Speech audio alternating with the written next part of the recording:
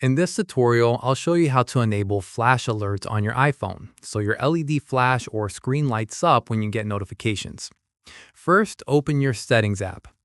Then select Accessibility. Scroll down and tap on Audio and Visual. Now scroll to the bottom and select Flash for alerts. Toggle the switch at the top to turn on flash notifications.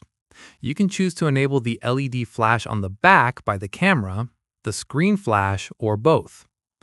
By default, flash alerts only work when your iPhone is locked. If you want flash notifications while unlocked, just enable that option here. If you don't want your iPhone flash to trigger in silent mode, simply turn off Flash in Silent Mode. And that's it. Your iPhone will now flash whenever you receive a notification. This accessibility feature is great for making sure you never miss important alerts. If this helped, subscribe for more quick iPhone tutorials.